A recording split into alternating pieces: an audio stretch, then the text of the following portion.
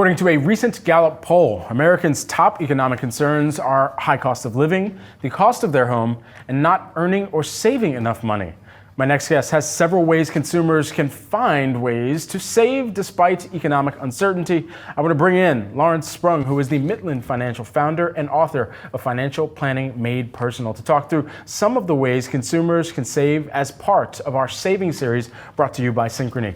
Great to have you back in studio with us, Larry. Let's just start with the basics. How can people build an emergency fund? I think it's so important to start building that emergency fund, and I think one of the best ways to do it is automate it. The things that we automate get done. So whether that's taking money directly out of your paycheck into a separate account or moving money from one account to another, super impactful. Naming those accounts are just as important too. Name it an emergency fund, and you're less likely to dip into it unless it's an emergency. How and why should you be automating your savings? That's something that you alluded to just a moment ago. Yeah, well, think about it from the retailer side, right? Everybody loves subscriptions because we sign up for them we forget about them, and we hardly ever cancel them, right? So do the same thing with your savings. If you automate it, you kind of forget about it. You start building up that savings, and you're now helping yourself instead of on the expense side of the equation. Well, I need one of my subscriptions to trick me and just say they've been putting it into account the whole time that I can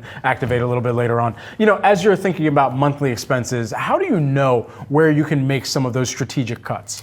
Well, I think the important thing is first go through your expenses overall. Look at them. Are there things you're not using, like these subscriptions? Get rid of them. Get rid of them. Then look at things that are potentially not bringing you any joy and perhaps eliminate those as well. And then those necessary items where you may be a long-time customer of that company, call them. Maybe you can get like an introductory rate as if you were a new customer and reduce your expense significantly. We've successfully done that with cellular phones, alarm companies, cable, etc. It's been very successful in reducing those expenses. What about debt? If you have debt, why is now a crucial time to pay it down?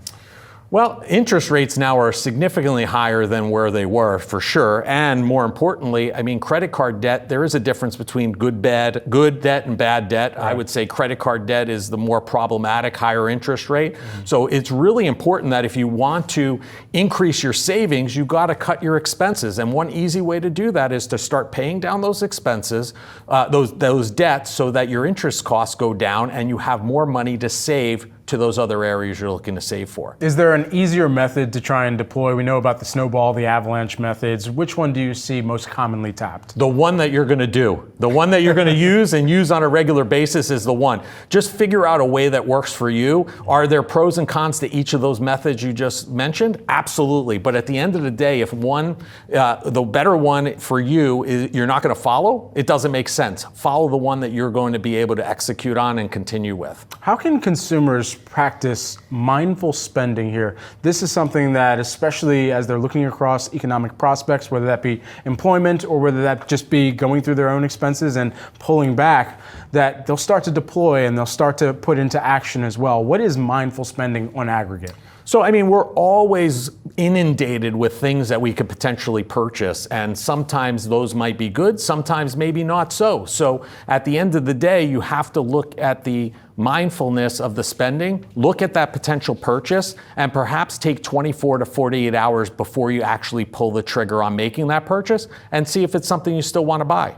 And so as you're thinking about some of the different generations and what we've typically been able to do to monitor our own spending, how are tools today different than those of years past, perhaps when we were balancing a checkbook or having a different type of ledger versus the technology that's available to make sure that you're keeping on track with these goals? I think that the tools are very similar. We've just gone from more of a pen and paper methodology to more of an electronic methodology, and it's just something that you have to do, keep track of, and make sure that you're staying on top of, so you're staying within the confines of your budget. Great to have you here with us in studio, Larry. Great to see you once again. Thanks, Brad. Absolutely.